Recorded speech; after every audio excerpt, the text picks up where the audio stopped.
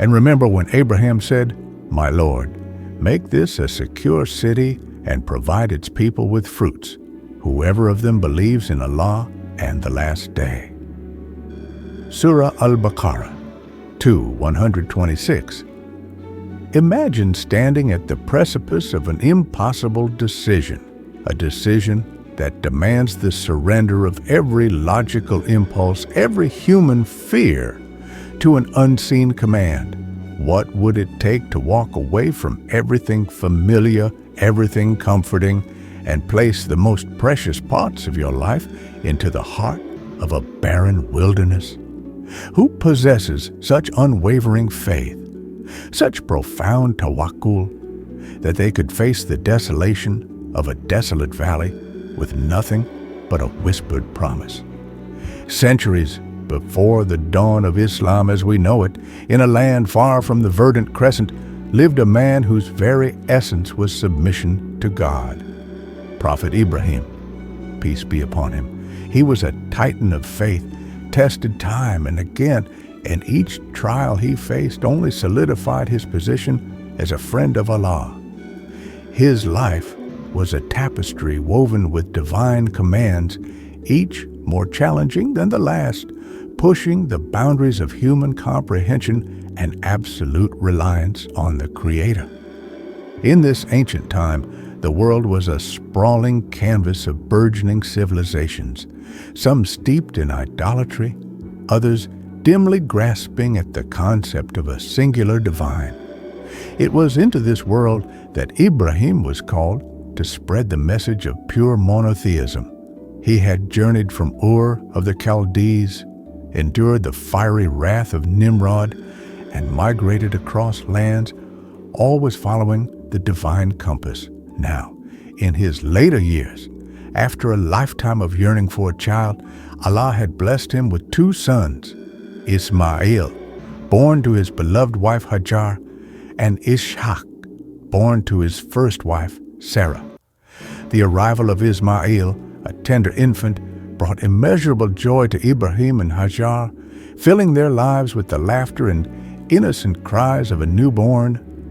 Hajar, a woman of deep faith and extraordinary character, cherished her son, a testament to Allah's boundless mercy. She was a woman of noble lineage, a testament to resilience from her past as an Egyptian. Her spirit, already tempered by life's trials, was now devoted entirely to the upbringing of her blessed child. The family resided in a land that offered sustenance and community. They were settled, peaceful, and seemingly secure. But the journey of a prophet is rarely one of uninterrupted tranquility. Divine decrees often come veiled in tests, and the greatest tests are reserved for those with the greatest faith. One day, the quietude of their lives was shattered by a command unlike any other. It was a revelation, direct and unyielding, from the Most High to Prophet Ibrahim. He was to take Hajar and their infant son Isma'il to a desolate, uninhabited valley far from any human settlement, any source of water, any sign of life. A valley that was then nothing more than parched earth, jagged rocks, and unforgiving heat. It was a command that defied logic, defied compassion, and yet it was the command of Allah. Ibrahim, the epitome of submission, did not question.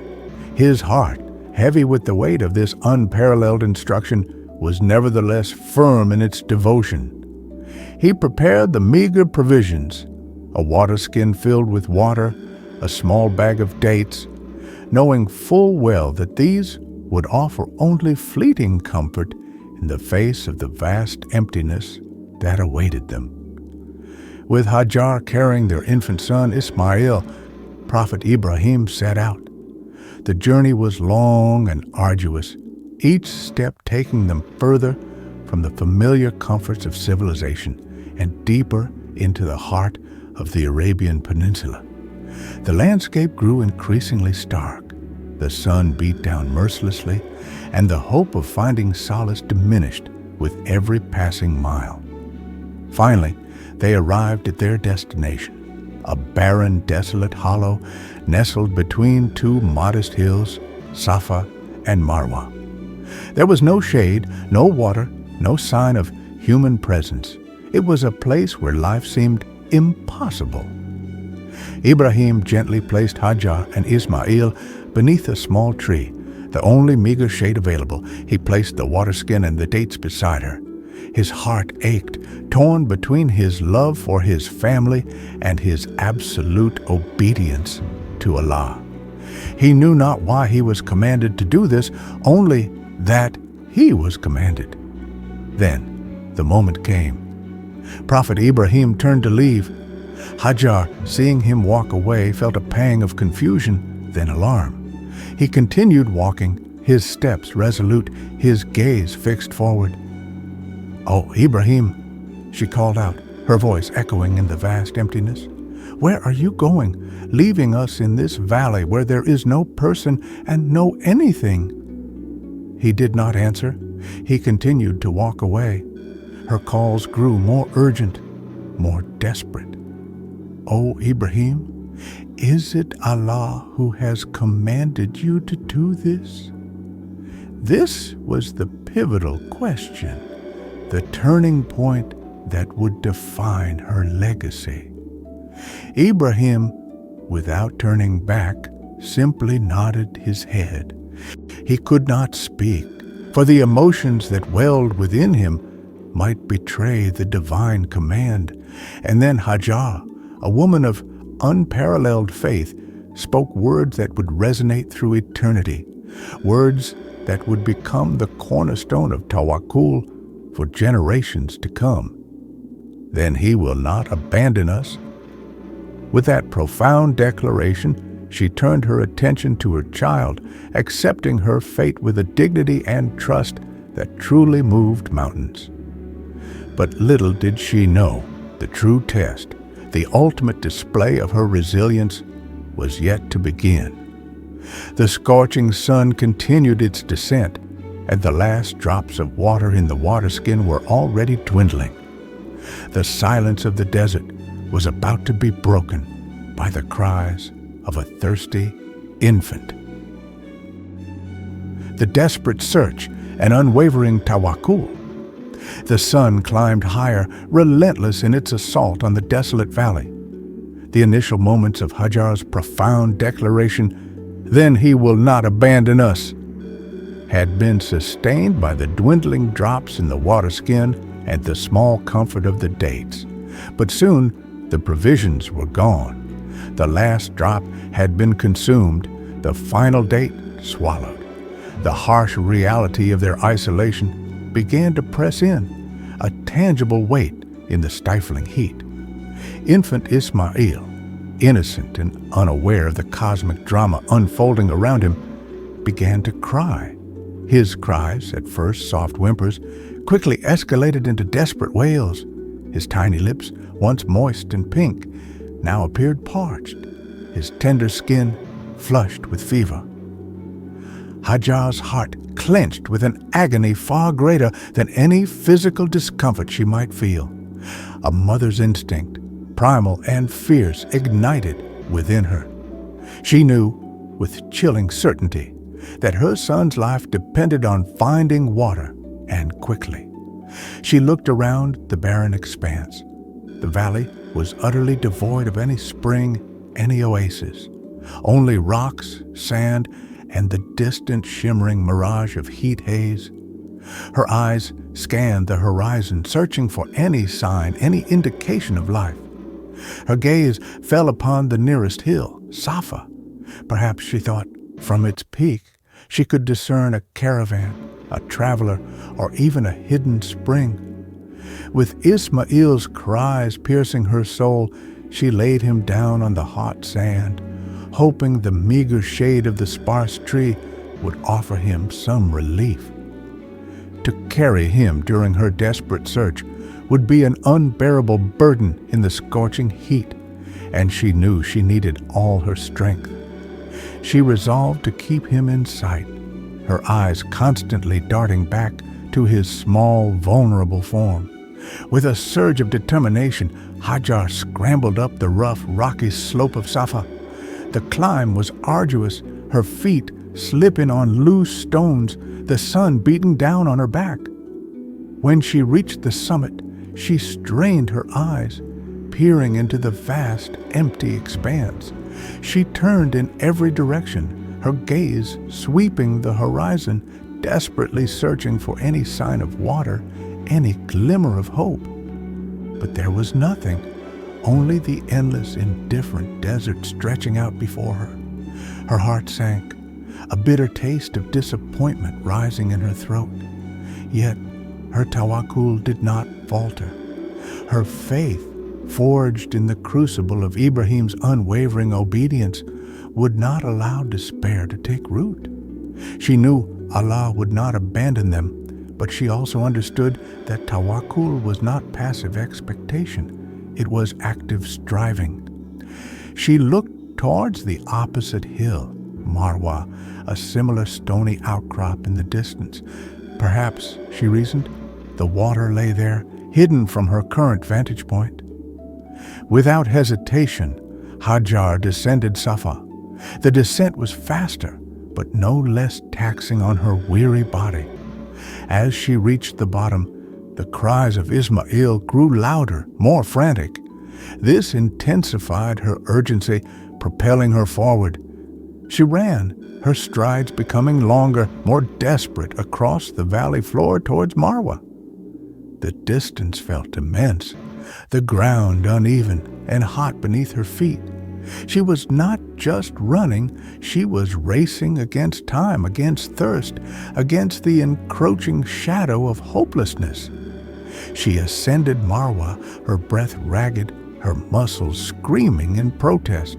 Reaching the top, she repeated her desperate search, her eyes scanning the desolate surroundings with renewed intensity. Still nothing. No water, no caravan, no sign of life, just the relentless sun and the echoing silence of the desert, broken only by her own labored breathing and the faint yet piercing cries of her son. This was her second journey, 2 trips between the barren hills and still no relief. Any ordinary person might have given up, but Hajar was not ordinary. She was a woman chosen by divine decree for a test of unimaginable proportions. Her spirit was indomitable, her faith unshakable. She descended Marwa and, driven by the increasing distress of Isma'il, ran back toward Safa. This was her 3rd trip, then her 4th, her 5th, her 6th. Each journey was a fresh agony, a renewed burst of hope, followed by agonizing disappointment. Her body was weary, her limbs aching, her throat parched. Her spirit, however, remained resolute. She ran with the determination of a mother fighting for her child's life, a testament to her profound love and her unwavering trust in Allah. She was performing the ultimate act of active tawakkul, exhausting every physical means while holding firm to the conviction that Allah would provide. Between the 2 hills, there was a dip in the valley, a slight incline where she had to quicken her pace, almost a sprint, to keep Isma'il in sight.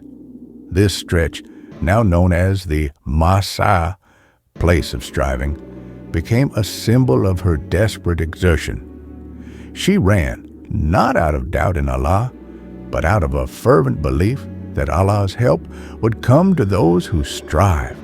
Each step was a prayer, each breath a supplication. She called out to Allah, perhaps not in articulated words, but in the raw, aching cry of her soul, seeking His mercy and His intervention. Finally, after her 7th ascent of Marwa, having scanned the horizon one last time with a heavy heart, she turned back towards Isma'il, her strength almost completely spent. She had exhausted every human means. She had run 7 times, traversing the distance between Safa and Marwa. Her body was failing, but her spirit, her tawakkul, remained firm. The desert wind whispered secrets she couldn't comprehend, and the cries of her infant son seemed to grow weaker, more fragile. She returned to Isma'il, her heart heavy, yet refusing to surrender hope. Little did she know as she approached her suffering child that the heavens had already responded. Part 3, the miracle of Zamzam and divine provision. As Hajar, utterly spent, reached her son, her eyes fell upon a sight that banished all exhaustion, all despair, in an instant. There, beneath the feet of infant Isma'il, a miracle was unfolding. From the parched earth, water was gushing forth, not a trickle, not a seep, but a vibrant living spring bubbling up with astonishing force. The desert, moments ago a symbol of desolation, was now yielding life itself. It was as if an unseen hand had cleaved the earth, releasing a torrent of pure, crystal-clear water. An angel, later identified as Gabriel, had struck the ground with his wing or his heel by divine command, causing the miraculous spring to erupt. This was Allah's direct intervention, a swift and overwhelming answer to Hajar's unwavering tawakkul and her desperate striving. Hajar gasped, a cry of profound relief escaping her lips. Her heart, which had been constricted by fear and exhaustion, now swelled with an overwhelming sense of gratitude and awe. She knew, without a shadow of a doubt, that this was Allah's mercy, His direct response to her complete reliance on Him. Her immediate instinct was not merely to drink, but to preserve. The water was flowing freely, threatening to disperse into the surrounding sand. With incredible presence of mind, despite her weariness, she began to form a basin around the gushing spring with her hands in the sand. She called out, "Zam, Zam," meaning gather, gather, or stop, stop, urging the water to collect, to stay confined, to become a well. And so the water began to gather, forming the well that would forever be known as Zamzam. She scooped up the water with her hands, bringing it to her parched lips. It was cool, refreshing, and incredibly life-giving. Then, with trembling hands, she offered it to her beloved son, Isma'il. The infant, who had been crying weakly, drank deeply, his small body rehydrating, his cries subsiding into contented sighs. The relief that washed over Hajar was immeasurable, a mother's joy at seeing her child revived by the grace of Allah. The well of Zamzam continued to flow, a continuous stream of pure water in the midst of the barren valley. It was more than just water. It was a sign, a blessing, and a testament to Allah's boundless power and His promise to those who trust in Him. This miracle transformed the desolate valley into a potential haven. News of a miraculous well in the desert travels fast, carried not by human whispers, but by the subtle signs of nature. Birds, drawn by the presence of water, began to circle above the valley. In the vast, unforgiving desert, the sight of circling birds was a clear indication of a water source, a beacon of hope for passing travelers. At that time, a tribe from Yemen, known as the Yurhum, were traversing the region. They were a nomadic people, always seeking pastures and water for their flocks and families. When they spotted the birds circling over the valley, their experienced eyes immediately understood the significance. Water. In this parched land, it was an unimaginable discovery. The Jurhum tribe sent scouts to investigate. What they found astonished them. A woman and her child alone beside a gushing spring in a valley that had been utterly barren for centuries. They approached Hajar with reverence and curiosity. They were captivated by her resilience and the sheer wonder of the water. Seeing their genuine need and understanding the necessity of a community in such a challenging environment, Hajar engaged with them. She, with her remarkable wisdom and foresight, allowed them to settle in the valley on the condition that they would not claim ownership of the well and that she would retain control over it. The Jurhum readily agreed. They found a benevolent caretaker in Hajar and a divine blessing in the water. Thus, the desolate valley began to transform. Tents were pitched, families settled, and life began to flourish around the well of Zamzam.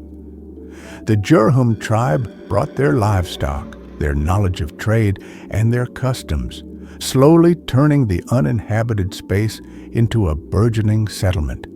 Hajar and Isma'il were no longer alone. The cries of a thirsty infant had led to the genesis of a community, a future city that would become the spiritual heart of the world.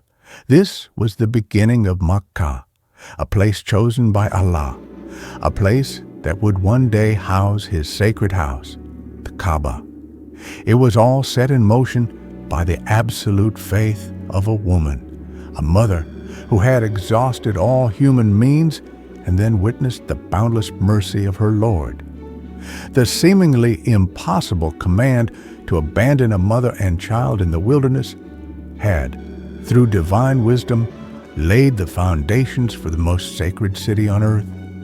From the desperate cries of a baby and the frantic runs of a mother between two barren hills, a civilization was born, all due to the overwhelming power of Tawakkul. The desert had bloomed, not with flora, but with the seeds of human habitation and spiritual destiny. The next chapter would see the fulfillment of even greater prophecies, built upon the very foundations laid by Hajar's incredible trust. Part 4. The Enduring Legacy and Lessons for Humanity. The miraculous gushing of Zamzam water transformed the barren valley into a beacon of life, establishing the nascent settlement that would become Makkah. But Hajar's story did not end with the well's appearance. It became an eternal wellspring of lessons, deeply embedded within the fabric of Islam and its most sacred rituals. Her legacy, rooted in resilience, trust, and motherhood, continues to inspire millions across generations. The most profound connection to Hajar's story is found in the sacred pilgrimage of Hajj, specifically in the ritual of Sa'i. Every year, millions of Muslims from across the globe converge in Makkah to perform Hajj, one of the compulsory rites after circumambulating the Kaaba is to perform Sa'i, which involves walking and running 7 times between the hills of Safa and Marwa. Pilgrims reenact Hajar's frantic, desperate search for water. This is not merely a symbolic gesture. It is a spiritual immersion, allowing each pilgrim to connect with Hajar's extraordinary experience and to internalize the profound lessons she embodied. When pilgrims hasten between the 2 green markers during Sa'i, a stretch known as the Masa, they are commemorating Hajar's desperate sprint, the part of her journey where she ran with urgency, driven by her love for Isma'il and her desperate hope. This physical exertion, mirroring Hajar's own, becomes a tangible reminder of the balance between human effort and divine reliance. The universal lessons derived from Hajar's journey are multifaceted and deeply relevant for all Muslims, regardless of time or place. 1. Resilience and perseverance. Hajar's story is the ultimate narrative of never giving up. She ran 7 times, exhausting herself, yet her determination never wavered. This teaches us that when faced with seemingly insurmountable challenges, we must exert every possible effort. As Prophet Muhammad, peace be upon him, said, "The strong believer is better and more beloved to Allah than the weak believer, and there is good in both. Strive for that which will benefit you, seek the help of Allah, and do not lose heart." Sahih Muslim, Volume 4, Hadith 2664. Hajar epitomized this strength and striving. Her example reminds us that even when our resources are depleted and hope seems distant, continued effort in the path of Allah is never in vain. 2. Unwavering tawakkul, trust in Allah. This is the core of Hajar's legacy. When Prophet Ibrahim left them in the barren valley, Hajar's question, "Is it Allah who has commanded you to do this?" and her subsequent declaration, "Then He will not abandon us," are profound statements of absolute trust. She understood that if Allah had ordained it, He would provide. Her running was not an act of doubt, but an active expression of this trust. It demonstrated that tawakkul is not passive waiting, but rather active striving with full conviction that Allah will provide. As Allah states in the Quran, "And whoever relies upon Allah, then He is sufficient for him. Indeed, Allah will accomplish His purpose. Allah has already set for everything a decreed extent." Surah At-Talaq 65:3. The power of motherhood and sacrifice. Hajar's relentless efforts were driven by the primal, unconditional love of a mother for her child. Her sacrifice, facing death in the desert to save her son, highlights the immense strength and selflessness inherent in motherhood. This resonates universally, reminding us of the profound lengths one goes to for their loved ones, particularly children. It emphasizes that even in our most vulnerable roles, Allah grants us extraordinary strength to fulfill our responsibilities. 4. Divine provision from unimaginable sources. The miracle of Zamzam illustrates that Allah's help comes from where we least expect it. When all conventional means are exhausted, Allah opens doors that seemed impossible. This instills hope and strengthens faith, reminding us that Allah is the ultimate provider and that His power is boundless. The arid desert yielding water is a metaphor for life blooming from hardship, a testament to Allah's ability to create ease after difficulty. The story of Hajar and Zamzam held immense significance even in the time of Prophet Muhammad, peace be upon him. He highly esteemed Hajar's dedication and referred to the Zamzam well as blessed. The Prophet, peace be upon him, himself drank from Zamzam, highlighting its sacred status. He also recounted the story of Hajar, ensuring its preservation and emphasizing its lessons. For instance, Imam Bukhari narrates a lengthy hadith describing Hajar's full account, underscoring its authenticity and importance in Islamic tradition. Sahih al-Bukhari, Volume 4, Book 55, Hadith 584. In the modern world, Muslims face numerous personal and collective challenges: financial difficulties, health crises, societal pressures, and spiritual struggles. Hajar's legacy provides a timeless blueprint for navigating these trials. When we feel overwhelmed, her story reminds us to strive, to pray, and to trust that Allah will never abandon us. It encourages us to cultivate a deep sense of tawakkul in our daily lives, to perform our efforts with sincerity, and then to leave the outcome to the most merciful. The legacy of Hajar is not merely a historical account. It is a living, breathing testament to the power of faith and perseverance. It is a reminder that even in the most desolate of valleys, with nothing but trust in Allah, one can move mountains. not just physical ones, but mountains of despair, doubt, and seemingly insurmountable odds. Her spirit lives on in every pilgrim performing Sa'i, in every thirsty soul that finds solace in Zamzam, and in every believer who learns to trust in Allah's boundless mercy. And so, the mother who moved mountains continues to inspire us to trust, to strive, and to never lose hope in the promise of the divine.